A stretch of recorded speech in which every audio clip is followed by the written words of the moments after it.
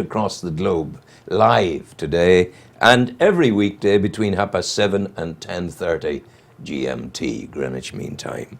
Greatest joy in welcoming Paddy Cahill to studio. Welcome, Paddy. And Ingrid Okenverv. You're so welcome all the way from Holland to us this morning. And it's a lovely togetherness, the pair of you, because it's a creative partnership. Paddy, how did this all come about? Well, Ingrid and I met. We met online. I have to say it wasn't a dating site we were on. We met online and we became friends, and then a relationship materialised out of that. And I was in the process of writing Tales of Young King Arthur, which is the first book, and I proposed to Ingrid about doing the illustrations. Wow. Now, Ingrid said that she'd never illustrated a book before, and I told her that she would, and not only would she do it, she'd do it very well, which I believe she has done. Absolutely. So, but where did the writing start for you, Paddy? Well, I started really, Rowan, if you can recall, 2 or 3 years ago when I did the story about my mother, some son's mother. That's right. And everything really started from there. Then I wrote a little sort of synopsis of what Tales of Young King Arthur is about now. I wrote that for a couple of little cousins of mine. They loved it, and you know, I got some sort of positive feedback on that, and I thought, hang on, I can do this. Everything really mushed him. There was no sort of set plan, but one thing led to another thing, which led to another thing. There was no, I'm going to be a children's author, or this is going to be, you know, this. I quite literally wrote page by page. Page by page, and it was coming together. And I kept a storyline and a theme running through. Well, this is series 1. What we're aiming for now is series 1. We hope to have a series 2, and then I've done another book, What Little Robin Saw. I can read a little bit of that for you later. And basically, it's just been step by step, one idea after another. A guy says to me, "How do you start writing?" I only know you write one page at a time. One page at a time, indeed. You know? Even one word at a time. One sentence, one word. Ingrid, whatever. suddenly you have a friendship, and you discover that your friend is an artist. Yeah. He's a writer. What was the moment of wow, I've met a writer fellow, and we can do things together? I really believed in him from the first moment I heard him reading his poem. Yes. Yeah, and I think in the first week we were together, we wrote poems together. I wrote you one, you wrote a few, and you read them to me, and I thought it was just beautiful. That's beautiful. That's more than writing. That's romance. Yeah, it's is beautiful indeed. Absolutely. And the way he uses words and tells his story with a bit of fun in it, and not too heavy. It's beautiful. So. And maybe see some of the images which you created for Patrick. Have you got them there? Yeah. Can we look at Andrew, we'll be able to zoom on these and see some of these. And this first one is, tell us what this first one is, Paddy. This is book 3 in the series, or chapter 3. The series 1 will have 5 chapters. Okay. The title is Tales of Young King Arthur. I've aimed it at kids' age ranging, you know, kids vary in their reading abilities, but approx 4 to 9s. And tell us about this particular image we're seeing. Well, with each image, is that the last? This is the cover. Just hold it steady, please. That's the cover on the first image, right? The first image. And what is it depicting? Tell us. This is Merlin the wizard. This is his cave. And this is just a little bit of background scenery, right? Now, what we move into go ahead. Wow. What we move into in book 3 is young King Arthur has been a dragon has flown into the village and taken young King Arthur away, and we're at the point now where he's taken him away. So I'll read as we go along. This first image is, the people of the village saw Arthur fly away. His father watched with sadness in his eyes. Had the dragon snatched his son from him, he watched them disappear into the sunny skies, and in the village square, people stood in shock. Yeah. So, next one? Next one is... Wow. quite beautiful, isn't it? It's the work is beautiful, Yeah. both the words and the artistic imagery Yes. is strong. Yes, Yeah. very, very, very, very, very, very. And see, there's so much detail, Ron. There's so much detail, you know. Oh, yes. Now We're ready for the next bit. But Arthur was not in danger at all. Over the houses, over the tall pine trees, Arthur flew laughing like a dream come true, with his wavy hair flapping in the breeze, looking down from the skies over the valley and over the loch. Okay, next one. You're doing very well, Ingrid. Thank you. We're flying along. The wind was rushing. The wind was rushing, but he held on tight. As Ruthra dipped down and lifted up, Ruthra being the name of the dragon, the giant bird of the sky flew by. Arthur looked down over meadows and chimney top. It was the most beautiful thing he had ever seen. Children watched in wonder as they passed by, as their shadow crossed all the land. Then Ruthra turned and headed towards the mountains. Dragon looked back. Arthur smiled and waved his hand. It was the most beautiful place he had ever been. Wow. Next we are. There we are. And just ahead, Arthur saw a giant cave. Now, young man, said Ruthra, to ground we go. With giant wings flapping, the dragon landed. Arthur looked around, a land he did not know. Ruthra said, now, boy king, follow me. And here we have a little fox saying, wow, that's a big bird. Bigger than any hen we have ever had. With wobbly legs, Arthur felt the land again. Follow me, said Ruthra. They walked to the cave. As they walked in, it was dark. Arthur stopped.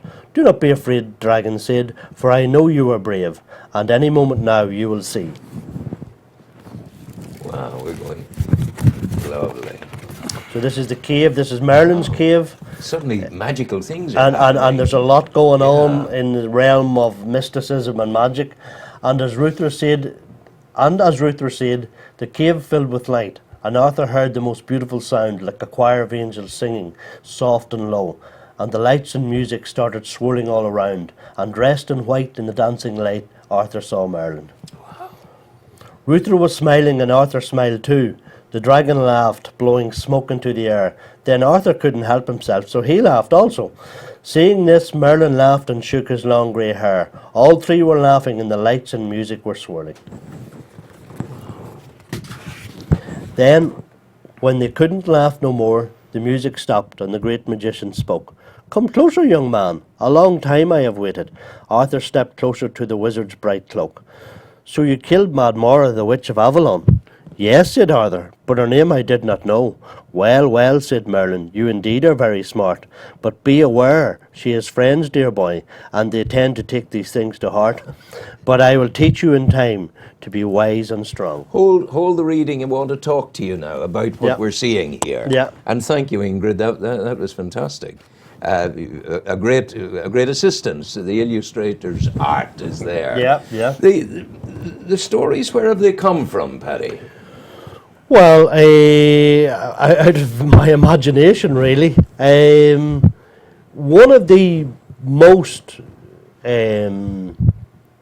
influential books of my childhood was The Lion, the Witch and the Wardrobe. Of course, C.S. Lewis. yes. It just prodded something magical inside me, as it did millions of other kids, you know. So it's reaching through your history and touching you still. Absolutely, but the fact that you could be, you know, through the back of your wardrobe, you could be put in a whole new dimension.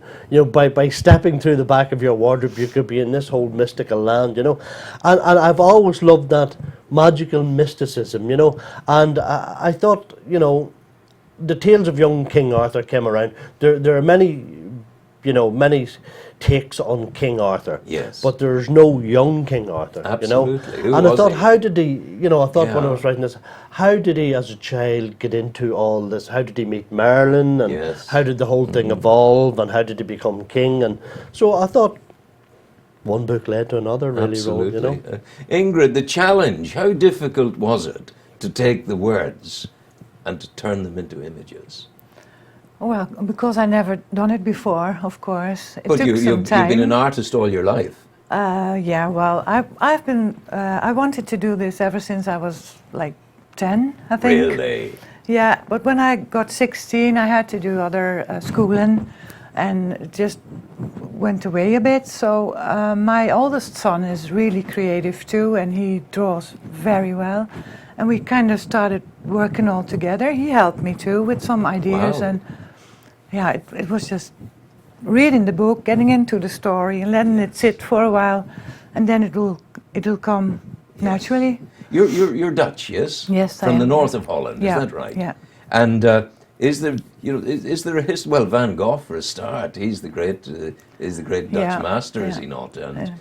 there's a good history of art there, of course. Yep, and your growth in your own work, have you seen it from that time of dreaming when you were a girl up to the present? You've seen it happen. Yeah. Even when I started the first paintings. From book one to now, we were amazed at how the illustrations has got better than the other in detail. Do you see, each one of these, Rowan, is a little work of art. Of course. Each one of these is a painting, a handmade painting. It's not like we've gone to a digital format or anything. Absolutely. Each one is traced out. Each one is painted, layered. It's built up. Each one is built up by layer, and they really are little works of art on their own, so. you know. Yeah. And Well, it has come to the point where I want to redo some of the paintings I did for book one, because I'm not satisfied with them anymore. yeah, So it's a growth process. it is, all the way through. yeah. And it even revolved, or is Evolved. evolved Yeah. into me going to schools in Holland and teaching children how to illustrate the story. And that's what I really love to do. Yeah. That's It's brilliant. a lovely process. Yeah. It's fantastic. We actually have video footage on our website. We have video footage of Ingrid reading the books in Dutch. The only That's cool. downside to that is the rhyming is actually lost in Yeah. it. Oh, yeah. But with this book, what Little Robin Saw, there is no rhyming, and it's a different kind of storyline. But the kids have been fascinated by the illustrations, the colour, and the storyline. Yes, and of the course. storyline. You know, Yeah. Paddy, where is it going to all end? Are you going to continue? in tears. Oh no. No, never tears. Never, ever. I'm always This is too joking. good. This is too I have wonderful. do you see, the thing about writing a book is, I relate a quick story. One time, a woman I know, I met her husband. She was explaining that the husband was explaining to me that she'd written a book. The book was torn down by so many people, and eventually it was given to I think it was a little company in America, who folded after 8 months of receiving the book.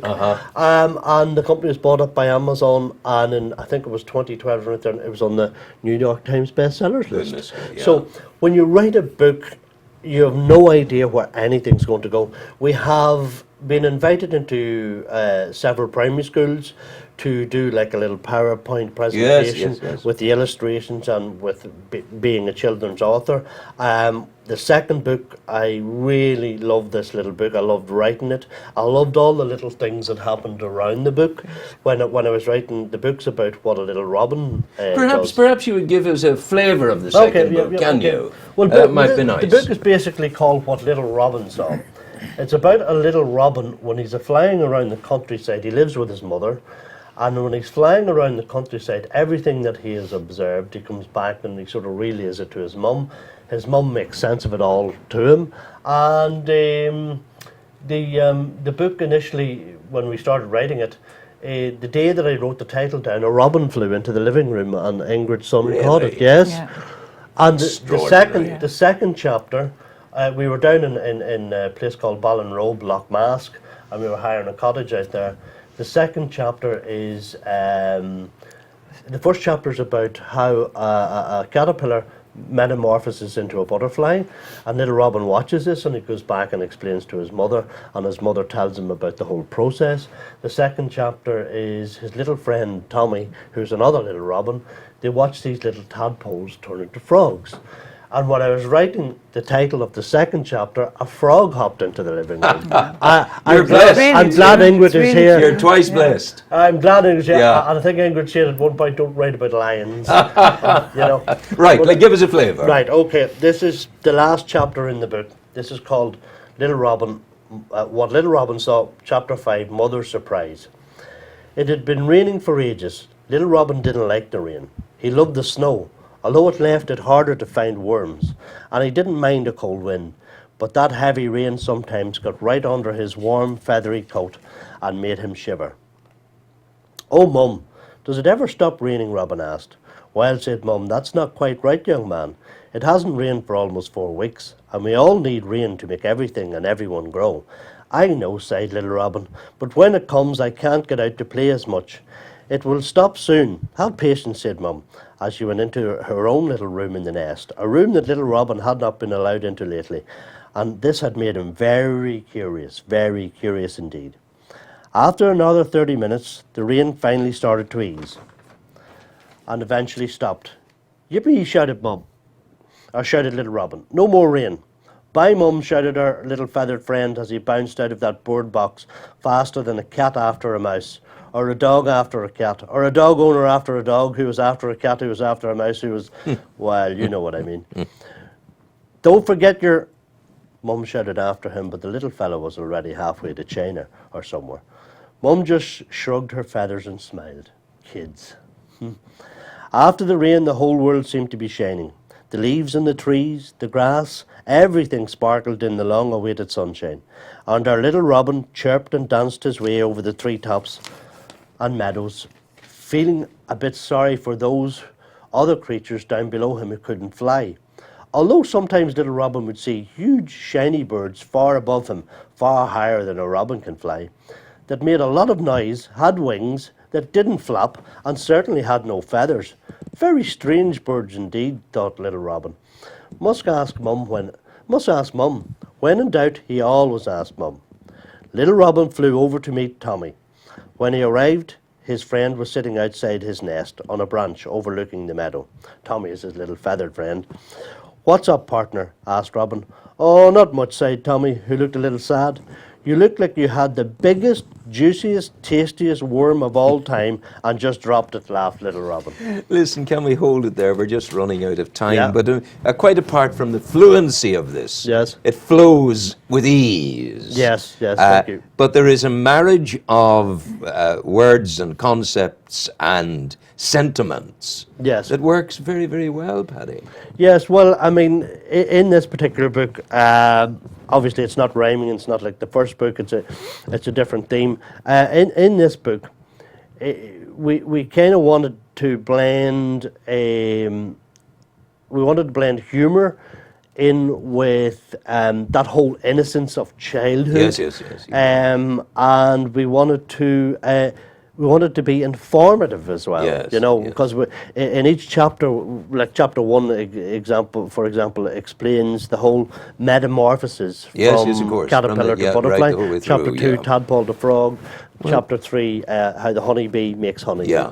Listen, I want to thank the pair of you for coming in. Ingrid, thank you very much indeed. And Paddy, thank you for coming You're in. welcome, Ron. And we wish you lots of success in what you're doing. Okay.